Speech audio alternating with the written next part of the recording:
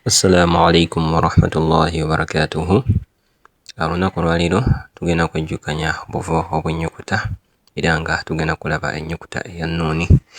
Ennyukuta eya Nuuni eva mu bifo bya mirundi ebiri. Eva ku lulimi kati kw'olulimi ng'okatadde waniino kanyama Manya, amannyo we geegattira n'akanyama aka waggulu, awo amannyo we gakulira aga waggulu agakulembedde.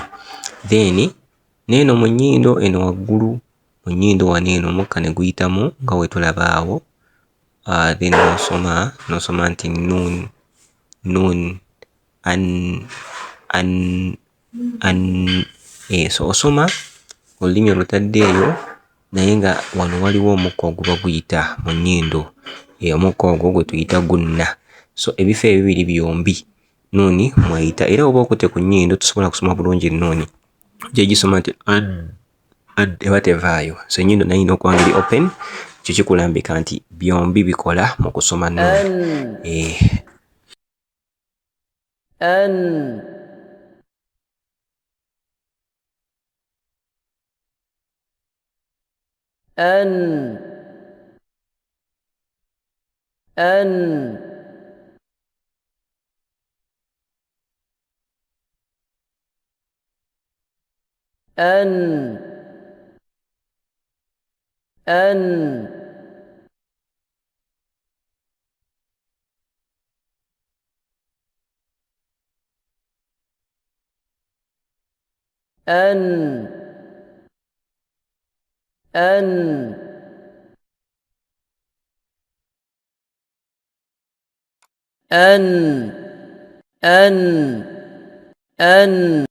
Naam, katobe example ey'ebigambo ebitulambika engeri nuuni gy'esomebwa ng'eriko empeereza ez'enjawulo.